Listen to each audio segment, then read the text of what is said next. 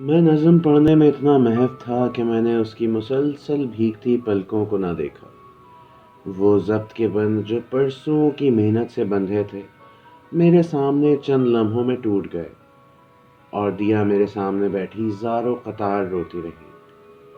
اس کی آنکھوں سے آنسو ٹپکتے رہے اور انا جیسے کرچی کرچی ہو کے زمین پہ بکھرتی رہی۔ ارد گرد کے ماحول سے بے خبر میرے ہاتھ بے ساختہ دیا کے گرتے آنسو پوچھتے گئے، اور وہ جیسے مجھ میں سمٹ جانا چاہتی تھی۔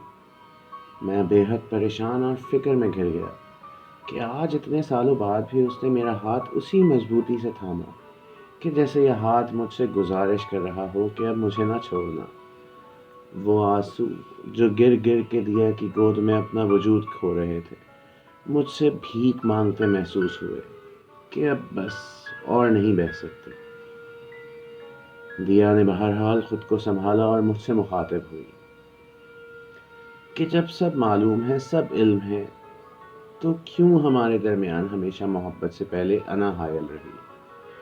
کیوں اتنے برسوں میں مجھ سے پلٹ کے نہ پوچھا کہ میں کس حال میں ہوں؟ کیوں کبھی نہ سوچا کہ آج بھی مجھے کسی کی کمی محسوس ہوتی ہو؟ کیا انا ہماری محبت سے زیادہ مضبوط تھی، جس نے ہماری جوانی کے 8 سال ضائع کر دیے؟ میرے پاس ان سوالوں کے کچھ جواب نہ تھے سوائے ایک جواب کے، کہ میں نہیں چاہتا تھا کہ تم سے تمہاری شادی کے بعد کسی بھی قسم کا کوئی رابطہ رکھوں۔ جب تمہارے گھر والوں نے مجھے انکار کیا تو میں کس دل سے تم سے رابطہ کرتا؟ تم نے بھی کہا تھا نا کہ میں ماں باپ کا دل نہیں دکھا سکتی۔ تمہارے کہنے پہ ہی تو میں نے تمہیں بھولنے کا ارادہ کیا تھا۔ کس طرح دل پہ پتھر رکھ کے کہا تھا جاؤ کر لو شادی۔ کون سی شادی، کیسی شادی؟ دیا نے جھنجھلاتے ہوئے اپنا ہاتھ میرے ہاتھوں سے چھڑوایا۔ نہیں ہوئی تھی میری شادی، نہیں کر سکی تھی میں آپ کے سوا کسی اور سے شادی۔ انکار کر دیا تھا میں نے، لیکن اتنی ہمت نہ جوڑ پائی کہ آپ کو بتا سکتی کہ میری شادی نہیں ہوئی، اور بتاتی بھی کس حق سے، کس رشتے سے؟ آپ نے ہی تو کہا تھا، اسی جگہ پہ بیٹھ کر کہا تھا کہ اب مجھ سے صرف نفرت کریں گے۔ تو میں کس حق سے آپ کو پکارتی، کس طرح پکارتی؟ کتنے برس تو آپ لاپتہ رہے۔ مجھ سے پوچھئے کس طرح گزارے ہیں میں نے یہ سال، کیسے گھر والوں کے دل دکھائے، جس کا نتیجہ میں آج تک سزا کے طور پہ بھگت رہی ہوں۔ خود کو تنہائی کی آگ میں جلایا ہے۔ آپ تو اپنی انا کے ہاتھوں مجبور مجھے چھوڑ گئے اور سب رشتے بھول گئے، لیکن میں اسی مقام پر کھڑی آپ کا انتظار کرتی رہی۔ کتنی دفعہ آپ سے رابطہ کیا لیکن بتانے کی ہمت نہ ہوئی، کیونکہ آپ کا کڑوا لہجہ اور تیر جیسے طنزیہ الفاظ مجھ سے برداشت نہ ہوتے تھے۔ میں آج بھی آپ سے نہ ملتی، لیکن پھر ساری زندگی مجھے قصوروار ٹھہراتے۔ اس لیے فیصلہ کیا تھا کہ آپ کو سچ بتا کے جاؤں۔ آپ کے طعنے ہمیشہ برداشت کیے کہ مجھے محبت نہ کرنی آئی، لیکن افسوس مونس، آپ کو محبت اور انا پرستی میں فرق سمجھ نہ آیا۔ دیا کے الفاظ مجھ پہ بجلی کی مانند گرے، مجھ پہ جیسے سکتہ طاری ہو گیا تھا۔ کچھ دیر کو میرے حواس میرا ساتھ چھوڑ گئے تھے۔ میں تو آج تک دیا کو قصوروار ٹھہراتا رہا۔ آج سب سے بڑا مجرم تو میں اور میری انا نکلی۔ کتنے تکبر سے اسی جگہ میں نے دیا سے تعلق توڑا تھا۔ خود بھی کبھی خوش نہ رہ سکا، اور دیا جو مجھ سے آج بھی دیوانہ وار محبت کرتی ہے اسے بھی خوش نہ رہنے دیا۔ اس سے شکوہ تھا بھی تو بس اتنا کہ اس نے کبھی کھل کے اظہار نہیں کیا تھا محبت کا۔ اپنی مجبوریوں کے آگے میری محبت کو ٹھکرا دیا تھا۔ اپنے خاندان کی عزت کی خاطر مجھ سے میری محبت کی قربانی مانگی۔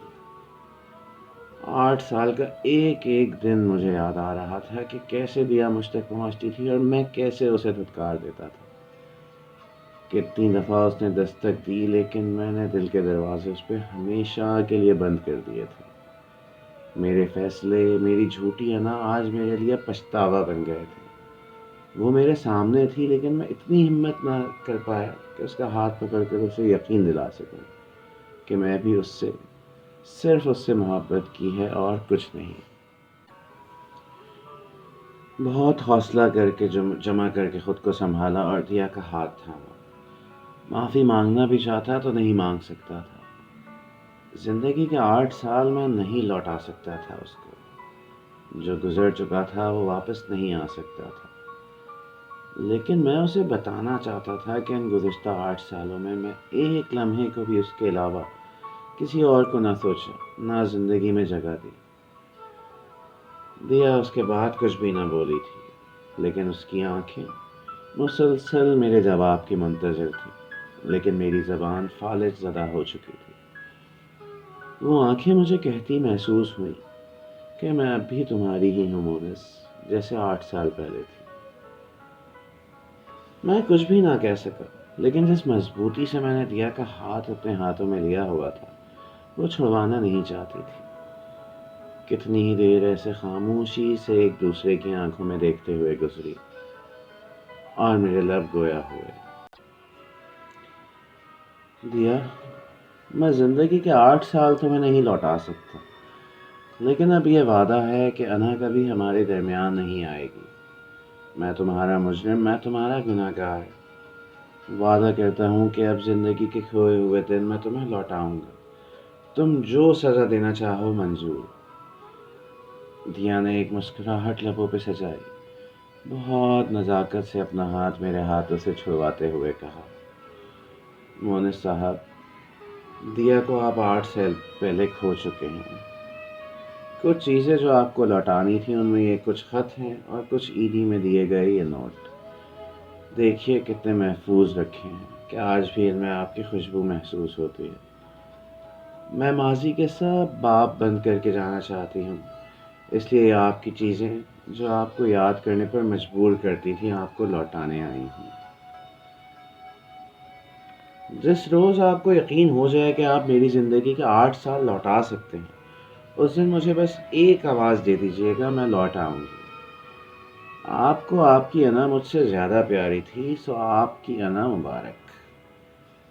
میں نے جوانی گزار دی ہے، اب رہی سہی زندگی بھی گزر ہی جائے گی۔ نہ کبھی پہلے آپ سے شکوہ کیا، نہ اب کروں گی۔ محبت کرنے سے پہلے میں نے نہیں پوچھا تھا کہ آپ کو انا پیاری ہے یا دیا۔ پوچھا ہوتا تو آپ قصوروار ہوتے، لیکن اب سارا قصور میرا۔ اپنی مجرم میں خود ہوں، آپ نہیں۔ خوش رہیے گا اپنی انا کے ساتھ۔ تسکین ملے گی آپ کو یہ جان کر کہ دیا نے ساری زندگی صرف آپ سے ہی محبت کی اور آپ سے ہی وفا کی، وفا بھی ایسی کہ کسی اور کی نہ ہو سکی۔ 8 سال پہلے آپ مجھے ایسے ہی اسی جگہ بیٹھا چھوڑ گئے تھے اور اس وقت مجھے محسوس ہوا تھا جیسے میرے جسم میں جان موجود نہیں۔ آج آپ زندہ رہتے ہوئے بے جان ہونے کا تجربہ کیجیے۔ خدا حافظ۔